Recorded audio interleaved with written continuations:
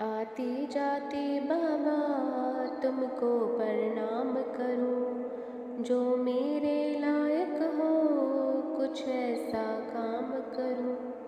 तेरी सेवा करने से मेरी किस्मत खुल जाए, जब खिड़की खोलो तो तेरा दर्शन हो जाए। मेरे घर के मेरे घर के आगे साईनाथ तेरा मंदिर बन जाए। मेरे घर के आगे साईनाथ तेरा मंदिर बन जाए। ओम साई राम। साईं बाबा आप सबकी रक्षा करें। श्री साई सच्चरित्र अध्याय 25। सद्गुरु की महिमा। साठे पर श्री साई कृपा। हेमांड पंत को श्यामा के पास भेजना। श्रीमती राधाबाई देशमुख की कथा। हेमांड पंत पर श्री साई कृपा। सद्गुरु की महिमा। सद्गुरु ईश्वर के ही स्वरूप होते हैं। वे शिष्य की पात्रता को परख कर मन को एकाग्र कर आत्मा का ज्ञान कराते हैं। लोगों का ऐसा मानना है कि जो आत्मज्ञान सद्गुरु द्वारा प्राप्त हो उसका प्रचार प्रसार नहीं करना चाहिए, क्योंकि ऐसा करने से उस ज्ञान का महत्व कम हो जाता है। हेमांड पंत ने लोगों के ऐसे विचारों को संकुचित विचारों की संज्ञा देते हुए मूल ग्रंथ में कहा है कि सद्गुरु तो मेघवत होते हैं। जिस तरह मेघ सर्वत्र समान रूप से वर्षा करते हैं, उसी तरह सद्गुरु अमृतमय उपदेशों का व्यापक प्रसार करते हैं। इसलिए सद्गुरु द्वारा प्राप्त ज्ञान को आत्मसात कर संकीर्णता त्याग कर उस ज्ञान का अन्य लोगों में प्रचार करना चाहिए। वे उदाहरण देते हैं कि बुद्ध कौशिक ऋषि को राम रक्षा स्रोत का उपदेश स्वप्न में हुआ था, लेकिन उन्होंने उसे जन कल्याणार्थ उजागर कर दिया।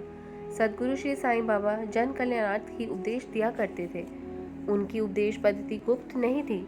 जिन भक्तों ने उनके उपदेशों को आत्मसात किया, जीवन में उतारा, उन्हें लक्ष्य की प्राप्ति में सफलता मिली। श्री साईं बाबा जैसे आत्मभूति कराने वाले सद्गुरु को की कृपा प्राप्त हो जाए तो ज्ञान की सतत अभिवृद्धि होती रहती है। इसलिए सदैव सद्गुरु की खोज करते रहना चाहिए। साठे पर श्री साईं कृपा। क्राफ्ट के शासन काल में साठे मुंबई के प्रतिष्ठित व्यापारी थे। उनका कारोबार प्रगति पर था, लेकिन जब मुंबई के गवर्नर लॉर्ड रे ने क्राफ्ट के शासन को समाप्त कर दिया तो साठे के दुर्दिन शुरू हो गए। उन्हें व्यापार में काफ़ी हानि हुई, परिस्थितियां विपरीत हो गई। ऐसी स्थिति में वे हताशा निराशा से घिर गए, यहाँ तक कि वे घर द्वारा छोड़कर एकांतवास करने का मन बनाने लगे। यह सत्य है कि भगवान की याद तभी आती है जब व्यक्ति दुखों से घिर जाता है। दुख सुख भी विगत जन्म के कर्मों के कारण ही प्राप्त होते हैं। यदि विगत जन्म के पाप कर्म समाप्त हो जाते हैं, तब दुख की घड़ी में भी किसी न किसी संत की कृपा हो ही जाती है, जो कल्याण का उचित मार्ग बता देते हैं। साठे के साथ भी ऐसा ही हुआ। दुख की इस घड़ी में उनके एक मित्र ने उन्हें शिरडी जाकर श्री साईं बाबा की कृपा प्राप्त करने का परामर्श दिया। साठे को उनका परामर्श भा गया। वर्ष 1917 में वे शिरडी गए। शिरडी पहुंचकर उन्होंने श्री साईं बाबा के दर्शन किए तो उनके मन को शांति मिली। वे विचार करने लगे कि पिछले जन्मों के शुभ कर्मों के फलस्वरूप ही उन्हें श्री साईं बाबा के श्री चरणों तक पहुंचने का सौभाग्य मिला। साठे दृढ़ विचारों के व्यक्ति थे, अतः उन्होंने गुरु चरित्र का शीघ्र ही पारायण शुरू कर दिया। जब एक सप्ताह का प्रयाण हो चुका तो बाबा ने उन्हें स्वप्न में दर्शन दिए, जिसका वर्णन करते हुए हेमांड पंत ने लिखा है कि बाबा हाथ में गुरु चरित्र लिए हुए थे और उन्हें को किसी विषय के बारे में समझा रहे थे। साठे बाबा के सामने बैठकर एकाग्रता पूर्वक सुन रहे थे। जब उनकी नींद खुली तो उन्हें बड़ी प्रसन्नता हुई। वे सोचने लगे कि बाबा की ये असीम कृपा है, जो वे अचेतन अवस्था में पड़े लोगों को जगाकर गुरु चरित्र का अमृत पान करने का अवसर देते हैं। हेमांड पंत के अनुसार साठे ने यह स्वप्न काका साहेब दीक्षित को सुनाया था और उनसे श्री साईं बाबा से इसका अर्थ समझाने की प्रार्थना करने का भी निवेदन किया था। यह भी पूछने को कहा था कि क्या एक सप्ताह का प्रयाण ही उनके लिए पर्याप्त है या वे प्रयाण फिर से प्रारंभ करें। बाद में काका साहेब दीक्षित ने उचित मौके पर बाबा से पूछा कि देवा, आपने साठे को क्या उपदेश दिया था, क्या वे प्रयाण स्थगित कर दे। वे सरल हृदय भक्त हैं, आप उनकी मनोकामना पूर्ण करें और स्वप्न का आशय भी उन्हें समझा दें। तब बाबा ने कहा कि उन्हें गुरु चरित्र का प्रयाण अभी एक सप्ताह और करना चाहिए। यदि वे एकाग्रता पूर्वक पाठ करेंगे तो उनका चित्त पवित्र हो जाएगा और उनका शीघ्र ही कल्याण होगा। परमात्मा भी प्रसन्न होकर उन्हें संसार सागर से पार कर देंगे। हेमांड पंत को श्यामा के पास भेजना। जिस समय बाबा साठी के बारे में काका साहिब दीक्षित को ऐसा बता रहे थे, तब हेमांड पंत मस्जिद में ही थे और बाबा की चरण सेवा कर रहे थे। बाबा के मुख से ऐसा सुनकर वे विचार करने लगे कि साठी को तो गुरुचरित्र का 1 सप्ताह पाठ करने से ही मनोनुकूल फल मिल गया, जबकि वे तो 40 वर्षों से गुरुचरित्र का पाठ कर रहे हैं, फिर भी उन्हें फल प्राप्ति नहीं हुई। साठी का 1 सप्ताह का बाबा के सानिध्य में रहना सफल हो गया, जबकि वे तो 7 साल से अर्थात 1970 से 1977 तक रह रहे हैं। तो क्या उनका बाबा के साथ इतने समय तक रहना व्यर्थ हो गया? आखिर कब बाबा उपदेश देंगे? हेमांड पंत के मन में उठ रहे विचारों को बाबा जान चुके थे, अतः उन्होंने हेमांड पंत को श्यामा के पास जाकर कुछ देर वार्तालाप करने व 15 रुपए की दक्षिणा लाने की आज्ञा दी। आज्ञा अनुसार हेमांड पंत जल्दी से श्यामा के घर गए। उस समय श्यामा स्नानोपरांत धोती पहन रहे थे। उन्होंने हेमांड पंत से पूछा कि आप अचानक यहाँ कैसे? लगता है कि आप मस्जिद से ही आ रहे हैं, लेकिन आप इतने दुखी क्यों हैं और अकेले ही क्यों आए हैं? आइए थोड़ा विश्राम कर लीजिए।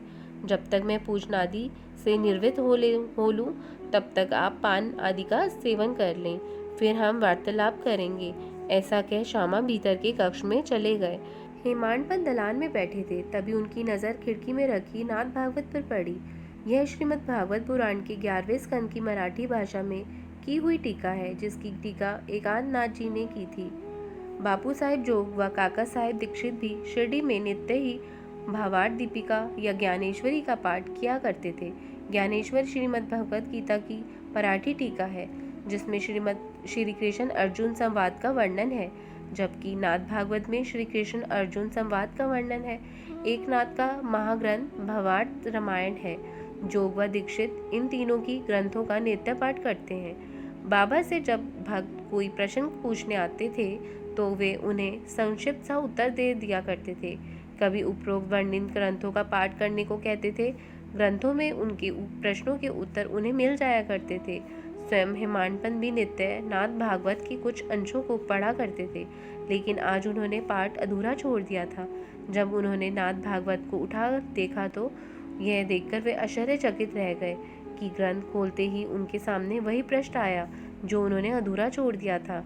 उन्होंने अनुमान लगा लिया था कि संवता बाबा ने श्यामा के पास इसलिए भेजा होगा। इसी बीच श्यामा पूजा पाठ करके बाहर आ गए। दोनों में वार्तालाप हुआ तो हेमांड पंत ने श्यामा को बाबा का संदेश सुना दिया। सुनकर श्यामा बोले कि लेकिन मेरे पास तो फूटी कौड़ी भी नहीं है, 15 रुपये कहाँ से दूँ? रुपयों के बदले दक्षिणा के रूप में आप मेरे 15 नमस्कार ले जाएं। हेमांड पंत ने स्वीकार कर लिया और बोले कि आइए कुछ देर बैठकर बाबा की पाप निवारक लीलाओं की चर्चा कर लें। इस पर श्यामा ने कहा कि आप थोड़ा रुकें, बाबा की लीलाएं अद्भुत हैं। कहाँ मैं अनपढ़ देहाती और कहाँ आप विद्वान। यहाँ आकर तो आप बाबा की लीलाएं देख ही चुके हैं। अच्छा, आप ज़रा पान सुपारी लीजिए, तब तक मैं कपड़े पहनकर आता हूँ। ऐसा कह श्यामा भीतर गए और कुछ देर बाद कपड़े पहनकर बाहर आ गए। फिर दोनों में वार्तालाप होने लगा। श्यामा बोले कि बाबा की लीलाएं बड़ी गूढ़ हैं, जिन्हें कोई समझ नहीं सकता। वे लीलाओं से निर्लेप रहते हुए हास्य विनोद करते रहते हैं। हम अज्ञानी उन लीलाओं को क्या जाने। अब देखिए, आप जैसे विद्वान को मुझ मूर्ख के पास दक्षिणा लेने भेज दिया। उनके क्रियाकलाप समझ से बाहर हैं। मैं तो उनके बारे में इतना ही कह सकता हूँ कि वे अलौकिक हैं। फिर वे बोले कि भक्त की जैसी निष्ठा होती है, उसी के अनुसार बाबा उसकी मदद करते हैं। कभी कभी तो वे भक्त की कड़ी परीक्षा लेने के बाद ही उपदेश देते हैं। उपदेश शब्द सुनते ही हेमांड पंत को गुरुचरित्र पारायण वाली बात याद आ गई। उन्होंने सोचा कि बाबा ने कहीं उनके मन की चंचलता दूर करने के लिए ही तो उन्हें यहाँ नहीं भेजा। फिर भी वे श्यामा की कथा एकाग्रता से सुनने लगे। कथाओं का सार यही था कि बाबा दया व प्रेम के सागर हैं। फिर श्यामा ने हेमांड पंत को श्रीमती राधाबाई देशमुख की कथा सुनाई, जो इस प्रकार है। श्रीमती राधाबाई देशमुख की कथा। श्यामा ने हेमांड पंत को बताया कि श्रीमती राधाबाई देशमुख संगमनेर के खशाबा देशमुख की माताजी थी। वे काफ़ी वृद्धा थी, फिर भी संगमनेर के कुछ लोगों के साथ वे शिरडी आई और बाबा के दर्शन किए। बाबा के प्रति उनकी गहरी निष्ठा थी, अतः उन्होंने बाबा को गुरु बनाकर उपदेश लेने के उद्देश्य से आमरण अनशन करने का निश्चय किया और विश्राम गृह में आकर अन्न व जल त्याग दिया। वे 3 दिन तक आमरण अनशन पर रही। श्रीमती देशमुख की ऐसी अग्नि परीक्षा से मैं भयभीत हो गया और बाबा से प्रार्थना करने लगा कि देवा, आपने क्या करना शुरू कर दिया। ऐसे कितने लोगों को आप अपनी शिरडी में आकर्षित करते रहते हैं। आमरण अनशन पर बैठी उस वृद्धा को तो आप अच्छी तरह जानते हैं। यदि आपने उसे उपदेश नहीं दिया और दुर्भाग्य से उसे कुछ हो गया तो लोग आपको ही दोषी ठहराएंगे। आप क्यों नहीं समझते? आप उसे आशीष देकर उपदेश दे दीजिए। श्यामा की बात सुनकर पहले तो बाबा मुस्कुराए और फिर उन्होंने वृद्धा को अपने पास बुलाकर मधुर उपदेश द्वारा उसकी मनोवृत्ति बदल दी। बाबा उस वृद्धा से बोले कि माँ, शरीर को कष्ट देकर तुम क्यों मृत्यु का आलिंगन करना चाहती हो? तुम मेरी माँ हो और मैं तुम्हारा बेटा। तुम मुझ पर रहम करो और जो कुछ मैं तुमसे कहता हूँ उसे ध्यान से सुनो। मैं तुमसे अपनी ही कथा कहता हूँ, तुम उसे सुनोगी तो तुम्हें अपार शांति मिलेगी। सुनो। बाबा ने वृद्धा से कहना प्रारंभ किया कि मेरे एक गुरु थे जो दयालु व सिद्ध पुरुष थे। मैं काफ़ी वर्षों तक उनकी सेवा करता रहा, लेकिन उन्होंने मेरे कान में कोई भी मंत्र नहीं फूका। मैं उनसे अलग होना नहीं चाहता था। मैं चाहता था कि मैं उनकी खूब सेवा करके कोई मंत्र प्राप्त कर लूं, लेकिन उनकी तो रीति ही निराली थी। पहले उन्होंने मेरा मुंडन किया, फिर दक्षिणा में 2 पैसे मांगे। मैंने 2 पैसे उन्हें दे दिए। माँ, अब तुम सोचो कि जब मेरे गुरु निष्काम थे तो उन्हें मुझसे 2 पैसे लेना शोभा देता था क्या? फिर वे कैसे विरक्त थे? इसका उत्तर यह है कि वे कंचन को ठुकरा देते थे, क्योंकि उन्हें उसकी आवश्यकता ही नहीं थी। वास्तव में 2 पैसे का मतलब था दृढ़ निष्ठा और धैर्य। जब ये दोनों चीज़ें मैंने उन्हें अर्पित कर दी तो वे बड़े प्रसन्न हुए। मैंने 12 वर्ष तक उनकी चरण सेवा की। मेरा भरण पोषण भी उन्होंने ही किया। वे प्रेम के साकार रूप थे। मुझ पर उनका बड़ा प्रेम था। उन जैसा गुरु कोई विरला ही मिलेगा। जब मैं उनकी ओर देखता था तो लगता था जैसे वे ध्यान मग्न हैं। 8 पहर मैं उनके श्रीमुख को ही निहारता रहता था। मुझे भूख प्यास भी नहीं लगती थी। मुझे सदैव गुरु सेवा की ही चिंता लगी रहती थी। मेरा मन उनके श्री चरणों में ही लगा रहता था। मन का उनके चरणों में लगना 1 पैसे की दक्षिणा हुई। दूसरा पैसा धैर्य है। धैर्य पूर्वक मैं दीर्घ काल तक प्रतीक्षा करता हुआ उनकी सेवा करता रहा। यही धैर्य एक दिन तुम्हें भी भव पार उतार देगा। धैर्य ही मनुष्य का मनुष्यत्व है। धैर्य धारण करने से पाप और मोह नष्ट होकर संकट टल जाते हैं और भय तो रहता ही नहीं। धैर्य धारण करने से तुम्हें भी धैर्य की प्राप्ति हो जाएगी। धैर्य उत्तम गुणों की खान, उत्तम विचारों की जननी है। निष्ठा व धैर्य जुड़वा बहनों के समान है, जिनमें गहरा प्रेम होता है। बाबा ने आगे कहा कि मेरे गुरु को मुझसे कभी किसी वस्तु की कोई आकांक्षा नहीं थी। वे मेरी रक्षा किया करते थे। उन्होंने कभी मेरी उपेक्षा नहीं की। वैसे तो मैं उनके ही चरणों में सदा रहता था। फिर भी कभी कहीं दूर चला जाता तब भी प्रेम में कभी कमी नहीं रही। जिस प्रकार कछुई अपने बच्चे का पालन प्रेम दृष्टि से करती है, वैसे ही वे मेरा पालन करते थे। माँ, मेरे गुरु ने मुझे कोई मंत्र नहीं सिखलाया, तब फिर मैं तुम्हारे कान में कोई मंत्र कैसे फूंक दूँ? इसलिए व्यर्थ में ही किसी से उपदेश पाने का प्रयास ना करो। तुम मुझे ही अपने कर्मों व विचारों का ध्येय बना लो। इसी से तुम्हें निसंदेह परमार्थ की उपलब्धि हो जाएगी। तुम मेरी ओर अनन्य भाव से देखो तो मैं भी तुम्हारी ओर अनन्य भाव से ही देखूंगा। इस मस्जिद में बैठकर मैं सत्य ही कहूँगा कि किसी साधना या शास्त्र के अध्ययन की कोई आवश्यकता नहीं है। केवल गुरु में विश्वास रखना ही पर्याप्त है। यही विश्वास रखो कि गुरु ही करता है। वही धन्य है जो गुरु की महानता को जानता है। गुरु को ही जो ब्रह्मा विष्णु शिव का अवतार समझता है, वही धन्य है। श्री साईं बाबा ने जब वृद्धा को इस प्रकार समझाया तो उसे संतावना मिली और फिर उसने बाबा को प्रणाम करके अनशन त्याग दिया। इस कथा को सुनकर हेमाडपंत को बड़ा आश्चर्य हुआ। उनका कंठ रूंध गया और शरीर में रोमांच हो आया। वे भाव विभोर हो गए और मुख से शब्द भी नहीं निकल सके। उनकी ऐसी दशा देख श्यामा ने पूछा कि आप स्तब्ध क्यों हो गए? बाबा की तो ऐसी अनेक लीलाएं हैं, किस मुख से मैं उनका वर्णन करूं? हेमाडपंत पर श्री साईं कृपा। उसी समय मस्जिद में घंटानाद होने लगा, जो मध्य पूजन आरती का प्रतीक था। तब श्यामा व हेमाडपंत शीघ्रता से मस्जिद की ओर चल पड़े। बापू साहिब जो पूजन शुरू कर चुके थे, स्त्रियां मस्जिद में ऊपर खड़ी थी और पुरुष नीचे मंडप में खड़े थे। सभी आरती गा रहे थे। श्यामा हेमाडपंत का हाथ पकड़े ऊपर पहुंचे और बाबा के दाईं ओर बैठ गए। जबकि हेमाडपंत सामने बैठ गए। बाबा ने हेमाडपंत को श्यामा से प्राप्त दक्षिणा देने को कहा। तब हेमाडपंत ने बाबा से कहा कि श्यामा ने मेरे द्वारा आपके लिए 15 नमस्कार भेजे हैं और स्वयं भी यहाँ उपस्थित हो गए हैं। तब बाबा ने ठीक है कहा और पूछा कि तुम दोनों में किस विषय में वार्तालाप हुआ। तब हेमाडपंत घंटे ढोल गान की ध्वनि को नज़रअंदाज कर वार्तालाप सुनाने लगे। बाबा भी वार्तालाप सुनने को उत्सुक थे, अतः वे तकिया छोड़कर आगे की ओर झुक गए। हेमाडपंत ने बताया कि वार्ता सुखदायी रही, विशेषकर वृद्ध महिला की कथा अद्भुत थी। उसे सुनकर मुझे लगा कि आपकी लीलाएं गहन हैं। इस कथा की आड़ में आपने मुझ पर कृपा की है। तब बाबा बोले कि वह तो अति आश्चर्यपूर्ण है। अब तुम पर मेरी कृपा कैसे हुई, इसका वृतांत बतलाओ। हेमाडपंत ने वह वार्तालाप जो कुछ समय पूर्व सुना था और उनके मानस पटल पर अंकित था, बाबा को सुना दिया। वार्तालाप सुनकर बाबा बड़े प्रसन्न हुए और पूछा कि क्या कथा का तात्पर्य तुम्हें समझ में आया। तब हेमाडपंत बोले कि हाँ, आया तो है। उससे मेरे मन की चंचलता भी दूर हो गई है। अब मैं यथार्थ में शांति सुख की अनुभूति कर रहा हूँ। मुझे सत्य मार्ग का भी पता चल चुका है। तब बाबा ने कहा कि मेरी प्रणाली निराली है। यदि इस कथा को याद रखोगे तो बड़ी सार्थक सिद्ध होगी। आत्मज्ञान की प्राप्ति के लिए ध्यान अत्यावश्यक है। यदि तुम ध्यान का सतत अभ्यास करते रहोगे तो तुम्हारी दुष्प्रवृत्तियां शांत होती चली जाएंगी।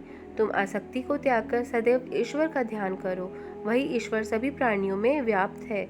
जब इस तरह तुम्हारा मन एकाग्र हो जाएगा तब तुम्हें ध्येय की उपलब्धि हो जाएगी। मेरे निराकार सच्चिदानंद स्वरूप का ध्यान करो। इस प्रकार जब तुम्हारी वृत्तियां केंद्रित हो जाएंगी तब ध्याता ध्येय व ध्यान का भेद समाप्त हो जाएगा। ध्याता चैतन्य से एकाकार कर ब्रह्म से अभिन्न हो जाएगा।